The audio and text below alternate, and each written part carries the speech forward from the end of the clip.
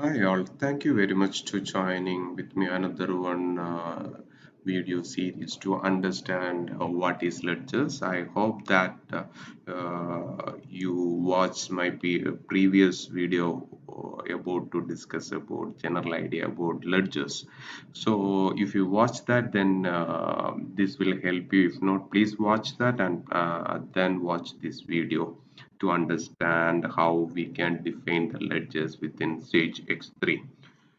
To understand that, we have to log into Sage X3 and you can find out the ledger screen under organizational structure. So this structure it will help you to define your ledger or edit your ledger. So here I am going to create a ledger for my Saudi company. So and we are going to discuss each field what it can give that features within Sage X3. So I'm going to create a new ledger. So ledgers are identifying by a key value. So here I am giving KSA ledger and Saudi Arabia ledger. And the short description you can give which will help you in the reporting level, and my legislation is BRI. And under type of accounting section you can see that there are different check boxes.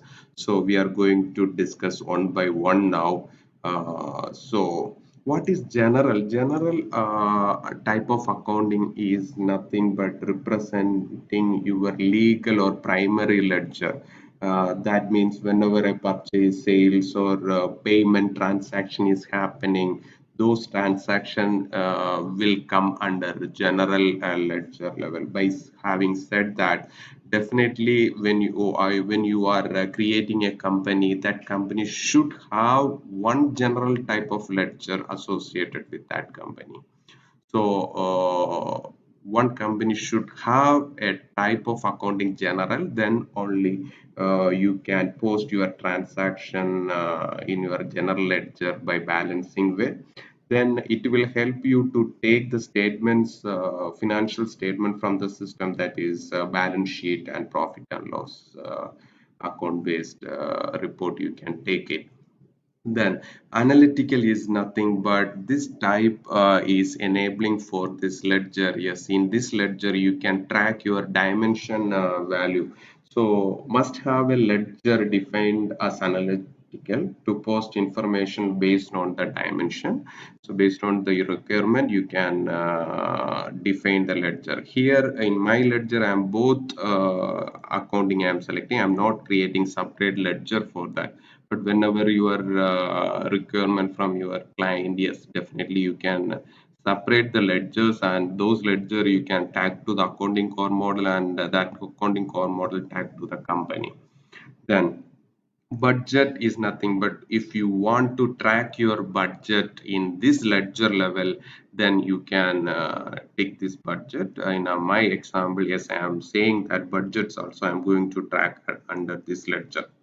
Then operating budget tracking, yes, you can do that. But one condition is the envelope and entity dimension type you should create for that company. Then yes, and also the operating budget should be enabled for that company.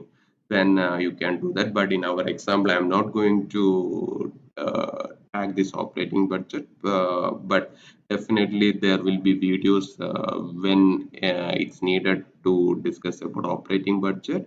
Definitely one video will be there in upcoming series. This commitment checkbox, which is related with your purchase order module, that means even if you click this commitment checkbox, system will create pre-commitment commitment automatically in the corresponding area. And you can track your pre-commitment and commitment transaction and amount. It will help you in the purchase request and purchase order, and when you are booking the invoice, that time it will help to create the automatic creation of the amounts in your system. Then project management, it's a PJM, whether you need to track that project transaction under this ledger there or not. Now in our example, I'm not going to click this because I don't want to track any transaction based on this project management. The consolidation is nothing but you can perform the consolidation management within this ledger. Having said that, each ledger, in any ledger, you can define the consolidation. That means in an accounting core model, you can define maximum 10 different ledgers to track your transaction based on different accounting type. But in our example, I am just concentrating. I have only one ledger, and I am tracking everything means in under this ledger. Then in this section, chart of account and dimension type section, yes, you have to tag your chart code to this, and I'm saying that KSA is my chart code which we already defined, and if you want to check the chart of account video, you can find from my playlist under organizational structure, and my chart of accounts are defined in this way. Please watch those video and you will understand that. Then definitely, I already tagged it's an analytical based ledger. So my plan is I have two dimension type which we already discussed in our previous videos. Please watch those videos, then you will understand. But now I am selecting department, and employees are two dimension. I am tagging to this ledger under this chart of account. Uh, and next tagging is management. Under management section, you can see that balance checkbox. This will ensure your general ledger when there is a transaction posting happen, that debit credit it should be balanced before a system will check before posting the transaction to the general ledger. It will check, and debit and credit side amounts are balanced or not. Then another one is balance by side. This checkbox will ensure that whenever there is a side to side transaction, optionally you can check that side wise amounts are balanced or not. So whenever there is a ledger you are creating under general type, then it should must select this because it's that system will performing the transaction based on that primary ledger.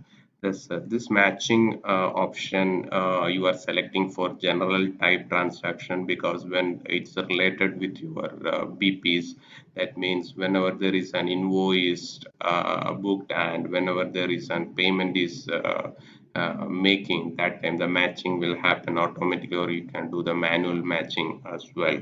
So that by saying that this case a ledger having balance, and it should be balanced and balanced by site and also matching. And dimension record is nothing but whenever there is a transaction is happening, there should must at least one dimension should select by the transaction. But normal my experience, I will not keep this dimension by required checkbox, but when in which accounts I need that dimension, I will tag it in my account level. So then another one important thing is fiscal year, and whenever we are closing the year, generation type by site wise or company wise, better you can do by site wise level. And the carry forward balance is nothing whether this ledger support the carry forward or not. So these are that minimum information that you need to configure the ledger, and this ledger we can tag to our accounting core model to start the transaction in company ways. So I believe that you understand the general information about the ledger. And in next video, we are going to cover about this accounting core model, and accounting core model, how we can tag that ledger. So the ledger already we defined in this system. So next video we are going to cover our accounting core model. So I hope that you understand this information. Please share with your friend circle, and it will help somebody to start their career in Sage X3 level. Thank you. Thank you very much.